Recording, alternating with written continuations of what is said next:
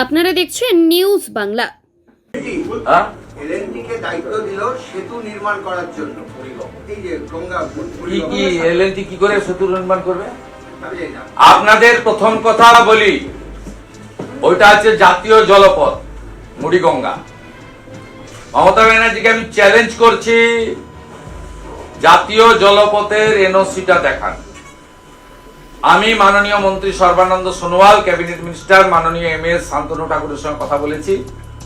রাজ্য সরকার এনওসির জন্য কোনো প্রসেসই করেনি। এক, দুই, ব্রিজটা মুড়িগঙ্গার উপরে হলেও তার অ্যাপ্রোচ রোড স্থলপথ দিয়ে হবে। No land acquisition yet. দুই, নো ল্যান্ড অ্যাকুইজিশন।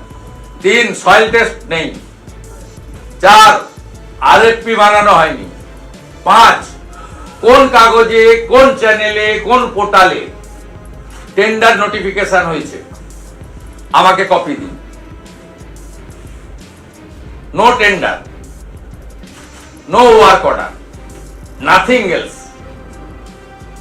এটা আরেকটি মিথ্যা।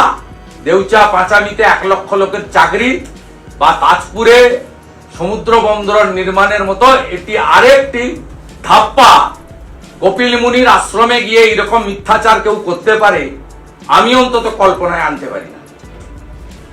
1700 কোটি টাকা খরচা করা হবে বলেছে। কে বলেছে 1700 কোটি? আপনি আগে জাতীয় জলপথ, বাংলাদেশের ওই দিক দিয়ে জাহাজ যায়, সমস্ত বাংলাদেশ কেন আরো ডিপ সিতে যে সমস্ত দেশ আছে ওইটা হচ্ছে তার প্যাসেজ।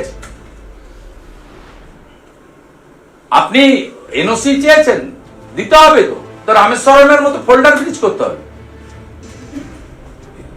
আপনি বলে দিলেই হবে নাকি? আপনি সামনে ভোট করবেন বলে যা খুশি সাগরে আপনি জিতবেন না।